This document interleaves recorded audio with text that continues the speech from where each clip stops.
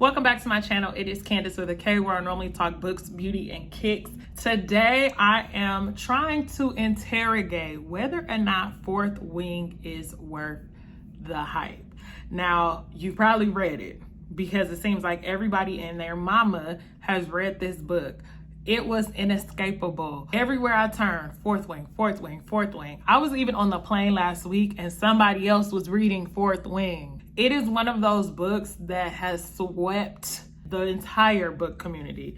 I was standing strong and just not reading it because I am not a fantasy girl, but it ended up being the book club selection for my book club for the month of January. So I read it and now I'm going to talk about it. Does Fourth Wing live up to the hype?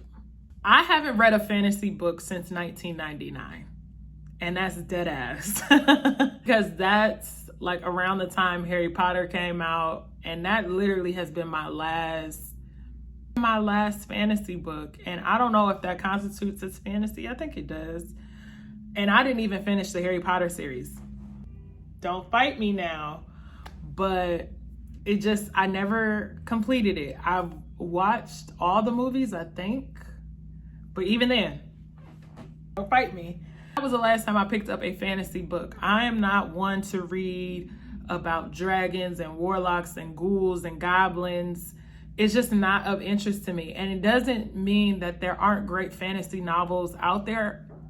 There are a plethora. I'm sure there are. But for me, it wasn't for me. Had this not been a book club selection book, I probably would not have read it. But I am glad that I did. This story is about I guess what it ultimately ends up being is a romance.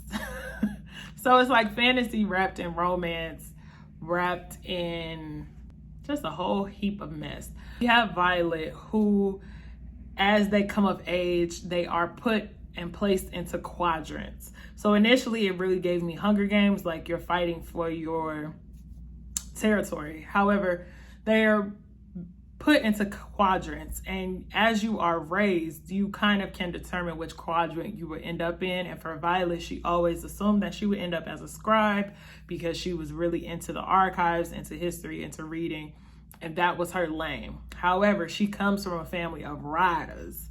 Okay, so the riders are your frontline warriors. They're the tough ones. They're the ones that really get into the nitty and gritty and the down and dirty. And because she came from this lineage of riders, her mother really told her it's ride or die. Literally. She kind of felt pushed into this like rider lane when that really wasn't her lane. In order to even get into training, they have to cross the parapet, which is like this bridge, I guess that's how I imagined it, that is very narrow, very steep, very slippery, but like an uphill climb to get to the compound, essentially where you would train.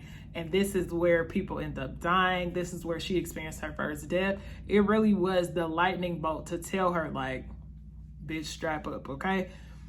But also in this journey, she has a target on her back because she is the lieutenant colonel's daughter. People are already out to get her because there was essentially a civil war within the city where one group of people became traitors while the other became loyalists, so to speak. And so this civil war created this dissension where there are people who have an immediate target on her, Violet, and her family because of who her mama is. And then it's just a mess. It's just a mess. So one of those traitors is Xaden. Now, Xaden is probably how you would imagine the finest man you could think of, who has that energy. That's Xaden. And Xaden is a third year.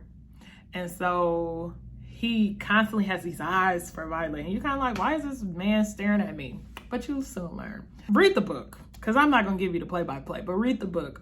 What we see from Violet, which I appreciated from a reader perspective, is that you see her progression from being docile, weak, feeble, wouldn't bust a grape in a fruit fight type of stature, to then becoming this empowered, strength defining woman. I appreciated that transition because we really needed that. What I also appreciated is that despite everyone telling her that she would not make it, she had the grit and the determination to make it. As I said, this wasn't her lane. Wasn't what she was destined to do. She was supposed to be a scribe. So she has the intellectual ability, but now you pair that with the fight, she's a cash cow. And she becomes the it girl, which I love that progression. Also liked that she was still noble. She shared her boot in the initial parapet crossing. She made sure that, like, she was constantly told that you don't make friends here, and yet she made a friend and held her down through its entirety. What I came to enjoy about this book was the romance aspects. If you don't know by now, I am not a book description reader. I don't. I look at the cover, I look at the social commentary, and then I make the decision of whether or not I'm going to read said book. And that is exactly what I did in this situation here. And so going into it, I did not know that there was this underlying romance that was going to exist between Violet and Xaden. And that became the thing that kept drawing me back into this book. I didn't know it was going to be so spicy.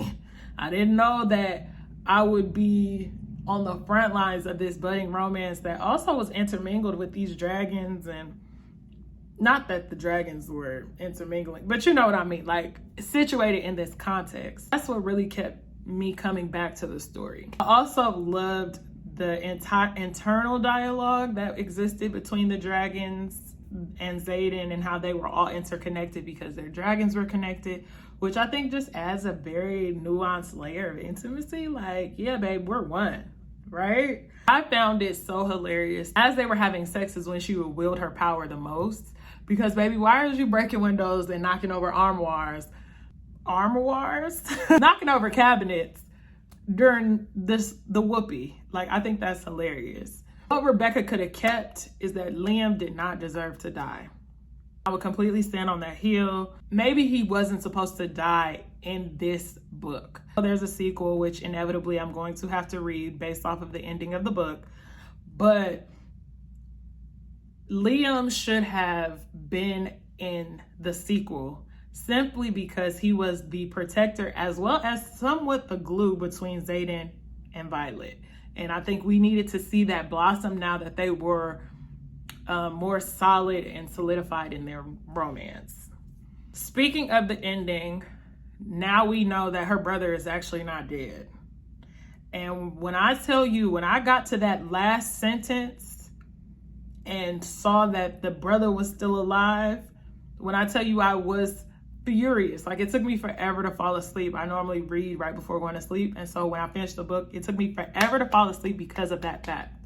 Like, what you mean he alive? And where you been at?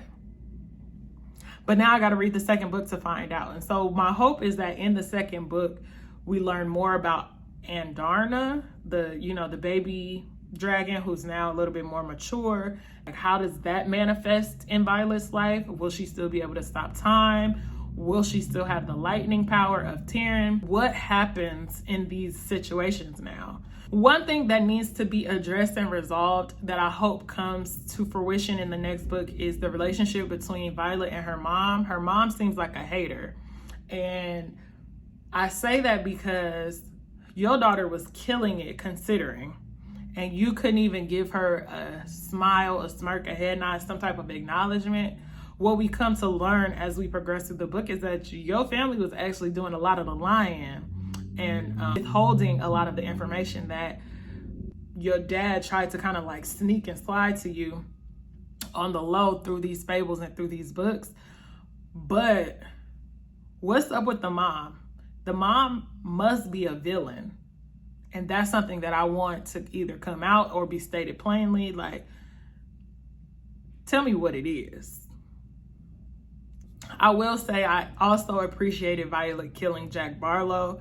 Side note, Jack Barlow being the name of this character. Wow. Also, if you're a Real Housewives fan, Jack Barlow is Lisa Barlow's son. Jack needed to die. Jack also a hater. And you can't have a hater around. And I'm glad that her power zapped him on out of here because he needed to. Bang. As far as this book living up to the hype, it does what it needs to do. If I was a true fantasy reader, I do not think this would suffice. I'm not a true fantasy reader, so I am most curious in how do true fantasy readers feel about this book and this series, and whether or not Rebecca is a notable figurehead now in this genre. I was looking through some of her previous catalog and it looks like all like romance smut. And so for her to switch lanes completely is interesting because I'm always here for a pivot. But I also want to know what the core fantasy audience feels about this series. If that is you, please tell me in the comments. I want to know. I am going to inevitably read Iron Flame. It looks long. Like this book was long, but Iron Flame looks even longer. So how soon am I going to get to it? I don't know. Probably not for another month or so. Like I need a breather after the wild ride I was just on this with this book. But I am excited to pick it up eventually. When that time comes, of course, expect another book review. Be sure to subscribe because book reviews are coming. I told you that's the goal and the mission for 2024. But yeah.